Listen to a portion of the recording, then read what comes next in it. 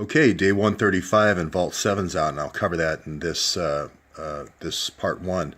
Let's go ahead and keep sending to Mark Levin show because he's trying to catch a spy right now, and I think this may be appropriate. As I mentioned before in this series, Hillary gave weapons to Muslim Brotherhood in many different countries, Libya and Syria, the two that we know about most with Stinger missiles and sarin gas.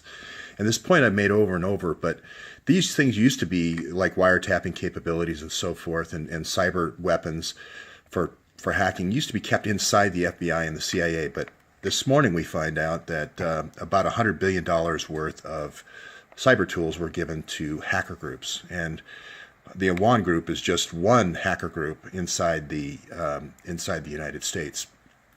So here's the summary. Vault 7 is about hacker tools. It's about 5,000 people in Langley, Virginia, and there's a big installation in Frankfurt as well. $100 billion investment, but now they've lost control, and now those tools are out there. Well, this is just, I don't think that they just lost control. I think this was a proliferation strategy for worldwide groups like the Gulen group that I talked about yesterday.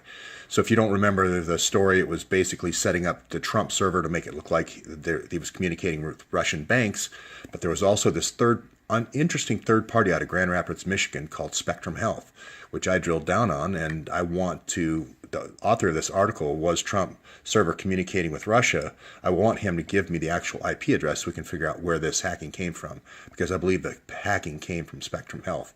This server only communicated with two different people, the Russian banks and Spectrum Health. So the hacking had to come from somewhere. Now, it's true that the hackers could have got another server and then got to this server and then started sniffing on this server and found out all the other applications and servers and then users that way. But for right now, I know that Spectrum Health was involved. Anyway, they were trying to set up the thing to look like, okay, Trump's communicating with Russian banks. And then we would go to this court of FISA, and we would say, well, it looks like human activity, not robot activity, and then they would issue the warrant. As soon as Loretta Lynch comes out with a sworn statement saying she didn't do that, I'll believe her.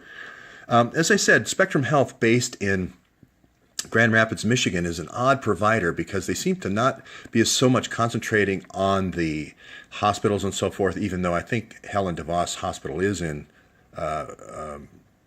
Cedar Rapids. But they really concentrate on getting addicts, to these kind of places where they can kind of get off addiction and so forth. But they really push this Suboxone. And my theory is this: unlike the old illicit trade from Pakistan, this is the new legal trade of basically the drug trade from Pakistan has just gone legal. They're trying to convert as much over, and the problem is there's a lot of opioid overdoses that come out of this. And so that's where I want to drill down on Spectrum Health. I'm looking for that, following the money, basically. And this Fethullah Gulen, I don't know if people know about him, but the long ties with Hillary Clinton, kind of took over Turkey in 2002. And he's got $25 billion. He lives in an armed camp about 3 hours away from Washington, about an hour and a half away from New York.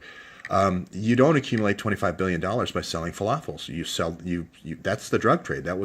He got from 2002 to 2014. That's where he made that money. Now that Turkish route, the Turkish express route for drugs, was cut off, and when Gulen and Erdogan had a falling out. So now this drug trade is now coming through the Pakistani pipeline.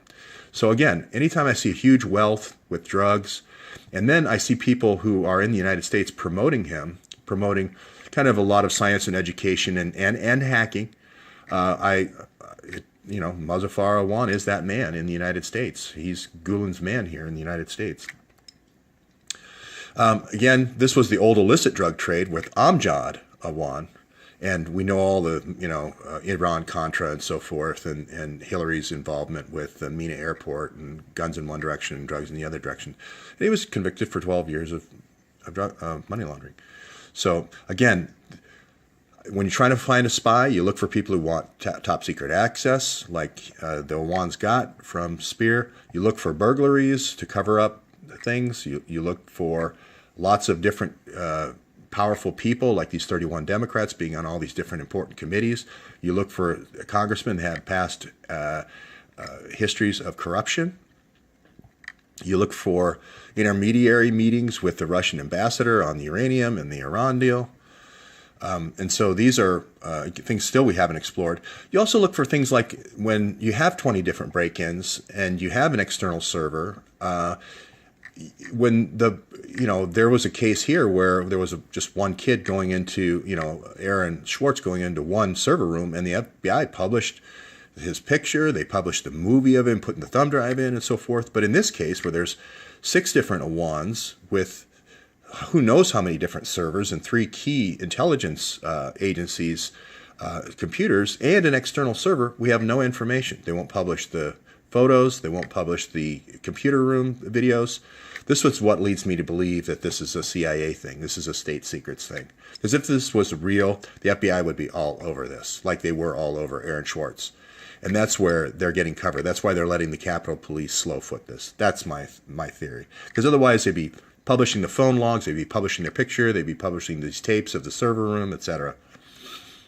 So, again, past connections to Hezbollah, past connections to the Russian ambassador, and here's the 3 brothers, very high pay, 3 times higher pay than normal staffers. So the financial anomalies are there. I believe you're going to find that the meetings with oil and defense people are there, people who would gain by getting intelligence, by getting hacked intelligence. These are going to be the daily press briefings and the resource assessments that the CIA does, etc., the political assessments the CIA does, analysis they do. And again, this cover-up of Hillary's server, Huma's server, as well as the connections between the Awan server and those servers is another obvious sign that it's FBI is covering up for state secrets. And maybe that's where McCabe can get off the hook and say, hey, I'm just protecting state secrets. But what you're not really protecting U.S. state secrets, you're protecting groups like the Gulen's secrets, the tools that they have stolen from us that they're using. That's who's being protected here when you're protecting Hillary's server and Huma's server. You're not really protecting the interests of the United States. It's not really U.S. state secrets. It's Gulen and Hillary's state secrets, or Huma's and Muslim Brotherhood state secrets.